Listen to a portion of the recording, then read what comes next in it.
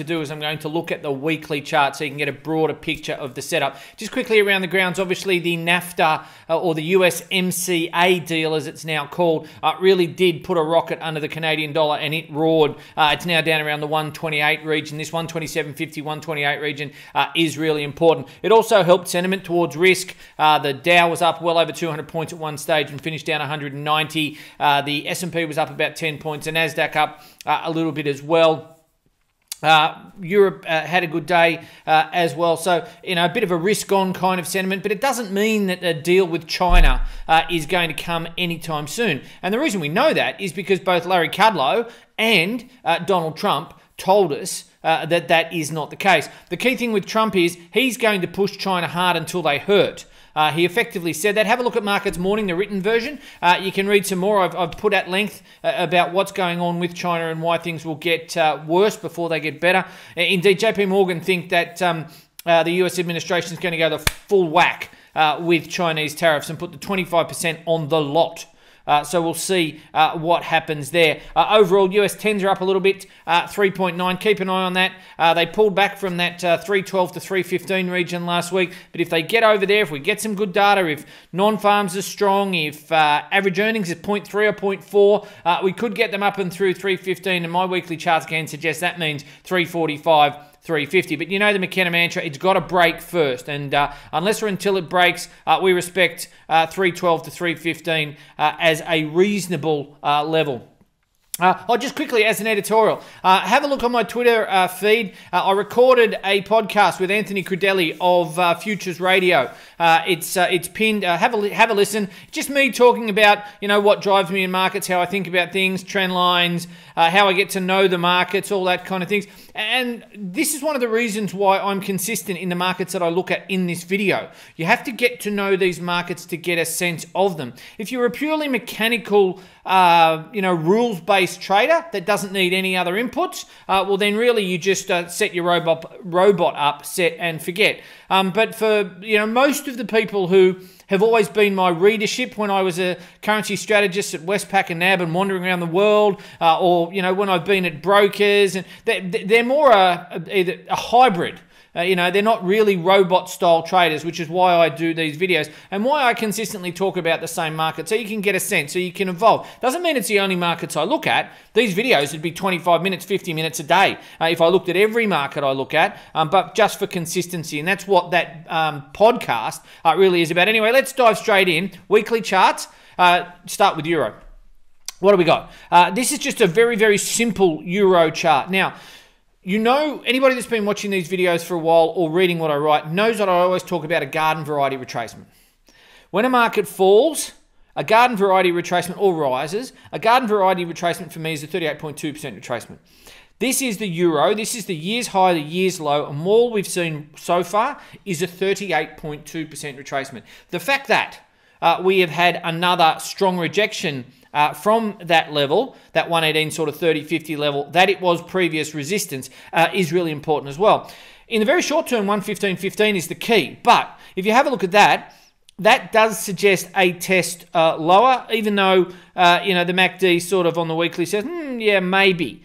But something to keep an eye on, I think, there, that we've only really just had a garden variety retracement. Now, as I wrote this morning, I'm not going to start talking about 108 unless or until 113 gives way. But if 113 gives way, whooshka, we're looking at for 108. Non-farms is going to be really important later on this week. Look at dollar yen. It's busted higher and closing in on what I think is important resistance.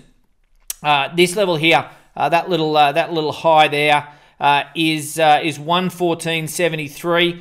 In my weekly chart scan that I do, I'll turn it into a product soon when I launch the website and do all that kind of stuff. This thing is invaluable for me. It takes about 6 or 8 hours on a Saturday, and so it really does provide a good look at what's going on. But what it does is it really gives me a chance to have a look at things without the hell's bells of the 24/7 or 24/6 almost, if you live in Australia, of currency markets. And what I've written here is it's breaking topside from a 2-year wedge. Medium-term trend line points higher, momentum picking up. Break of 113.74 gives 117.24. Now we're through 113.74. Supports 112.50. So that's that next target. So what do you think? Let's just have a think about this in the old Greg McKenna's first ever trading system. There to there, and we're through. 116.42 is the natural, just on that basis alone. So a move, a garden variety retracement, and then a push. Let's see.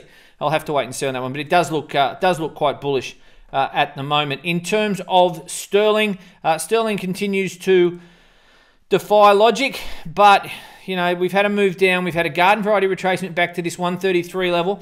Remember, if you read my dailies and that, I was kind of saying time to sell, got in a day early, said that 113.13 would be resistance, didn't quite get there, and now it's started to pull back again. There's every chance that sterling does head back down towards 126.60. I'll be back tomorrow with some more granular levels, but you can see there is this move. It would have to get up and through 133 to really build momentum. There's a lot of toing and froing going on with Brexit at the moment, so we have to keep a close eye on that. It's a very headline-driven market, but for the moment, it does look like it's reversing lower a little bit. This is the Aussie weekly. Lots of charts, as you can see. Lots of lines, I should say, as you can see. We'll get rid of that one if I can. Where has it gone? Right, there we go. So let's just look at it as a pure move down. So this downtrend line, and you can draw this downtrend a few different ways depending on where you want to start, but let's just leave this one. This one's from the year's high. This one has been on this chart for a very long time. This one suggests the Aussie is trying to bottom. Now, I use the MACD as my indicator of momentum fading from a market. It doesn't mean that the momentum can't re-accelerate. That would mean that the moving averages that make up the MACD would start to expand again. That's when the fast moving average starts getting a wriggle on and we start to see momentum pick up. But for the moment, right at the edges of this downtrend, the MACD has suggested some consolidation as we've seen off that 70.85 low. Where are we now though? It does look like we have to respect this downtrend.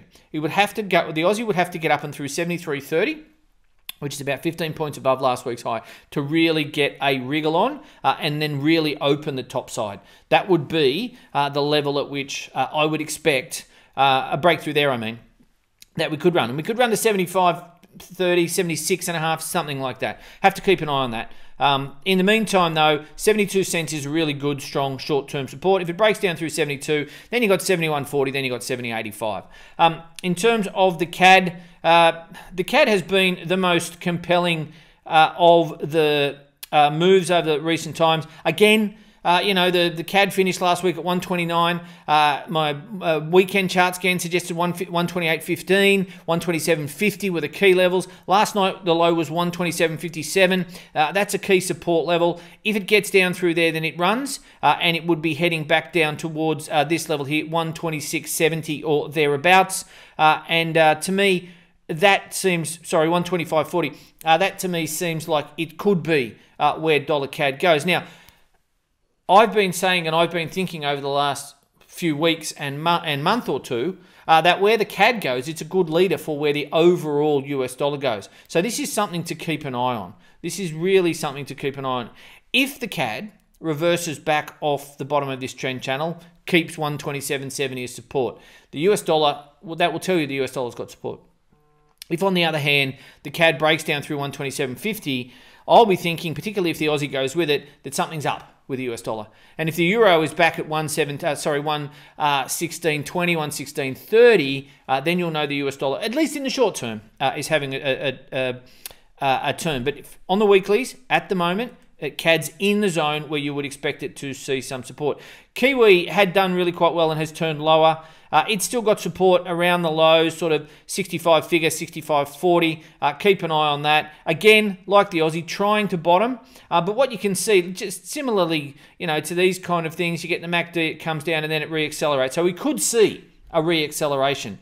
But in many ways, the safest trade, smalls, would be to buy with a stop on the other side of the recent low or thereabouts. That's what I normally do with the MACD. It's a contrarian or counter trend in many ways. So I'll have to just wait and see. If that was to have another down week, then obviously the bottom would re-intensify or the downtrend would re-intensify. So I don't tend to trade off the weekly MACD signals, but I use them as a guide within my overall trading. Let's have a look at commodities now. Gold. Gold has been basing. It got down to about, depending on where you get your data, 11.56, 57 to 11.60. That does look like where the bias is, but that's only if 11.83 breaks. If it can hold above 11.83, it looks okay. You can see here it's trying to form a base after a very, very steep. One thing that's good to do sometimes is print a chart out and turn it upside down, because we all have our biases. I started in markets when interest rates were collapsing, so I like things that fall. I genuinely do. I seem to be better in markets that are under pressure. It's one reason why I don't trade stocks that much, because they tend to go up, and one reason why I make a heck of a lot of money when stocks go into a funk. But often one of the things I learned, 25 years ago, was print off a chart, turn it upside down, or in those days, get one of Graham's charts and hold it up to the light back to front, so that you could get a sense of, if it looks like this on a downtrend, what would your approach be on an uptrend? Well, your approach on an uptrend with this, if this was, say, the NASDAQ or something like that, or Bitcoin, you'd be saying, oh, it's gone too far, too fast, got to consolidate. Now, that's what we're seeing here. So the question is, can gold start to rally? For me, it's got to get through 12.15, 12.20 to get excited, and 12.40 to really open up topside. Otherwise, it's still got a downside bias. Copper. Dr. Copper has paused just in the last few days. So we collapsed to the level that we were looking for, which was, 254, 257, 58, that kind of thing. We had that massive rally on that relief from, the news or the perception that the Chinese trade war was going to ease off a little bit, because China didn't hit the Americans as hard as possible. And as I've written in Markets Morning this morning, copper as a financialized asset has really underperformed the non-financialized assets, or commodities, I should say, like iron ore and coal, Newcastle coal. And so, to that extent, things are maybe copper's gone too far and needs to consolidate. Certainly, again, went a long way, went really fast. We got the MACD signal. It's now consolidating that. I wouldn't be surprised to see it have another test lower. It'd be good for copper, structurally, to have another test lower and then either break or bounce. That would be a good signal for us traders. But at the moment, it's trapped between two longer run Fibonacci levels. 286.50 to 293 is reasonable resistance, and it's got support down there just below 260. So I'll have to see how that one goes. The Chinese manufacturing data on the weekend was not good. It's Golden Week, though, this week, so not a lot going on there. WTI and Brent have busted open. Brent was up $4 last week, and it's leapt another buck or so last night. WTI doing well too. In the broad scheme of things, I've taken everything off this just so you can get a sense of where it sits. It sits at an uptrend within an uptrend, and it's just made a fresh high for this run, highest level since 2014, and 279.44 is the top of that channel. On my, sorry for showing you the side of my head, I know it's not very attractive. I've said topside channel resistance 78.63, so I'm off by a bit there. Like to cap any rally within overall continuation of medium-term uptrend. So that's what we've got here. President Trump's not going to be happy, but my sense is OPEC can't actually do anything about what's been going on. So there's another $3 to $4 potentially, unless President Trump makes intimations that he's going to tap the SPR. In terms of Brent, similar story, but even better. You've got this range, you've got this break, you've got $19 roughly, let's call it $18. That would suggest a projection of something ridiculous like into the 90s, 95 to, so another $10 potentially. That seems stupid, doesn't it? But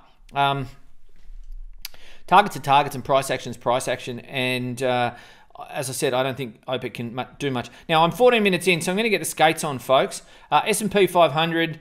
still doing well. It's stalled for a little bit. The uptrend's intact. The Jimmy R, which is my 15 and 30 week exponential moving averages, are still pointing higher. This uptrend is higher. So no point fighting that. There's lots of doomsayers out there at the moment. There seems to be a real mini industry coming up again about trying to call, oh, the US is going to have a recession, everything's going to go to heck and all that kind of stuff. The reality is, when it comes to these kind of things, US economy is doing well. The Atlanta Fed upgraded back up to 4%. So we at least know in Q3 for 2018, the US economy is going to go 3.5% plus. That would seem to be the case. The Atlanta Fed's been all over the place. But in that scenario, can corporate earnings keep doing well? Most likely. And if that's the case, can the S&P keep rallying? Potentially. So, you know, there's always going to be a black cloud in a blue sky, but trying to say that that black cloud is a hurricane that's going to knock everything over when there's only one black cloud is really difficult. Will we get another big fall in stocks? Yes. When will it be? Don't have a clue. The price action at the moment, the trends are still higher. Different story though for the S&P, the SPY down here in Australia. We've stalled. We stalled at that 63.50 level. We've come down. So this is actually the 38.2% of this rally here. And so we've got, a decent stalling in that. We haven't done anything much for the last week. In fact, there's this tiny little wedge. You can have a look at it on Markets Morning on the daily note that I've just put out. So we're not going anywhere. We're 62.25. We're 61.40. They're the parameters on the week. If they break down, they break down. But here, you've got to get down below that red bar, which is 608.9. You get down through there, and then you've got to run towards 6,000. Is the key for that. In terms of the DAX, because I know a lot of traders trade the DAX, but even in our time zone, which I've been surprised at, if you have a look at the DAX, so you can see that it's rejected off this downtrend line. This is the bigger picture story for the DAX. It's kind of breaking down. It rallied nicely with the MACD. The moving averages came together, but then it's found resistance again. The question is, can it break? The number for me, 12,515, if it gets up and through that, then it's away and it starts to look good. Most markets across the globe, stocks at least, need the US market to keep rallying to hold them up. If they do not, then they start to fall, which wouldn't be a good thing. Oh, one thing, I just want to show you something. China A50, that's a bullish engulfing month, folks. So there's a trend line that comes through here. Maybe I've got more data in another chart, but trend line that comes through here and where it's been on a closed basis holding above, and then lower low, higher high, bullish engulfing month for China A. Now, there's lots of chat recently about China going into the MSCI index, the Fitch index, those kind of things. That could be quite good for their stocks and for others. In terms of Bitcoin, in terms of a weekly, there's a nice trend line there that it can't get through. We've got to get up and through 7,000. The dailies, it's kind of going nowhere. It's 6,600. It's in a wedge. If it breaks, it'll break 56.50 to 57.50 on the downside. It's a key. If it breaks that, it goes to 3,000.